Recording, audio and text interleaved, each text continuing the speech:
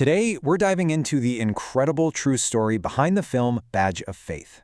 It's the journey of a police officer whose entire world was shattered in a single moment, and the unbelievable fight for recovery that came next. So where does it all begin? Well, it starts with a simple, yet really profound principle.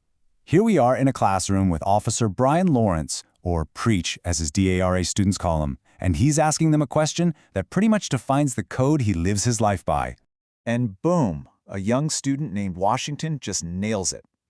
You know, for Officer Lawrence, this was way more than just some lesson he taught in a classroom. When he was a kid, doctors told him his dyslexia meant he'd never really succeed. But his mother, she taught him this exact same principle, and she proved that if you work hard enough, anything is possible. Right, so this idea, this stick-to-itiveness, it really became the bedrock of his whole life, both as a man of deep faith and as a police officer who was totally dedicated to his community. I mean, he wasn't just some guy in a uniform, right? He was a real mentor. He connected with kids like his student Washington on a truly personal level. He became someone they could actually look up to and trust. He didn't just drive through the streets, he was out there building relationships on them. And then, on what should have been a completely routine call, that life was just violently and permanently changed forever. Just like that, in an instant, a brutal ambush left him for dead. The attack was so fast, so vicious, and the consequences, well, they were absolutely catastrophic. So when he finally wakes up, he's in a hospital bed, a prisoner in his own body. He's paralyzed from the neck down, and he can only breathe with the help of a machine. Think about that. The very same man who taught kids to never ever give up was now facing a reality where all the doctors were saying there was zero hope for recovery. And this is where the real heart of the story kicks in. It becomes a battle not just for his body, but for his very spirit. It's this clash between what was considered medically impossible and what he believed was divinely possible. Look at this. This slide just lays it out perfectly, doesn't it? You've got these two completely opposite worlds colliding. On one side, you have the doctor who's all about the science, basically saying, it's over. But on the other side, you have Brian, just clinging to his faith and to a promise he made that he would one day walk his daughter down the aisle. But here's the thing. Just because you have faith doesn't mean the pain magically goes away. Not at all. Brian was being tormented by nightmares, he was in constant physical agony, and the sheer weight of his situation was just crushing him. He was getting to a real breaking point. And in his absolute darkest moment, truly believing he was nothing more than a burden, he tried to push his own wife away. He actually told her they should get a divorce. It was this heartbreaking, selfless act that came from a place of just utter despair. But his wife? No way. She refused to give up on him. And you know what? She was not alone in this fight. Just as Brian was about to lose all hope, his entire community was getting ready to remind him of his own powerful teachings. I mean, check this out. This incredible wave of support just started to swell up from everywhere.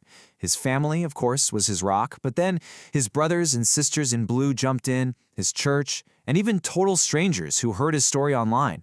And, maybe most importantly, the very same kids he had mentored. And then the letters started pouring in. But this one from his student, Washington, is just amazing.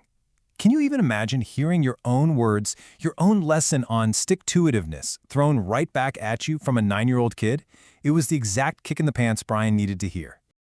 So, fueled by all this support, Brian keeps on fighting. And then, one day, while his friends are visiting, just joking around with him, something happens. Something that no doctor, no x-ray, no scientific chart could have ever predicted. It was just a flicker, a toe. I mean, think about that. This tiny little movement that just completely defied all medical logic. It was the first glimmer of hope that maybe, just maybe, all those prayers were actually being answered. Okay, so that one little twitch of a toe, it was like a lightning bolt. It unleashed this whole new level of determination in Brian. Suddenly, that promise to his daughter wasn't just a prayer anymore. It was a real, tangible goal. But you know, even with this incredible breakthrough, there were still huge, real-world problems. Like this one, $200,000. That's how much it would cost to make his home accessible, so he could even come home. And it was money his family just didn't have. But get this, his community was already moving.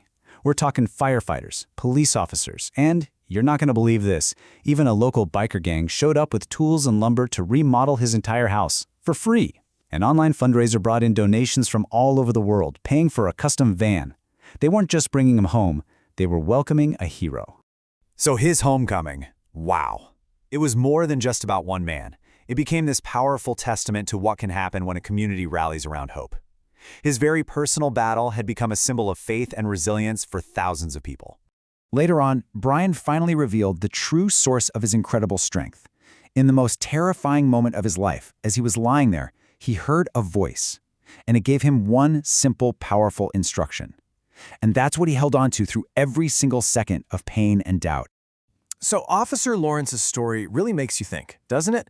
It leaves us with a tough question. When science says something is impossible and your own body has completely betrayed you, where do you find the strength to keep going?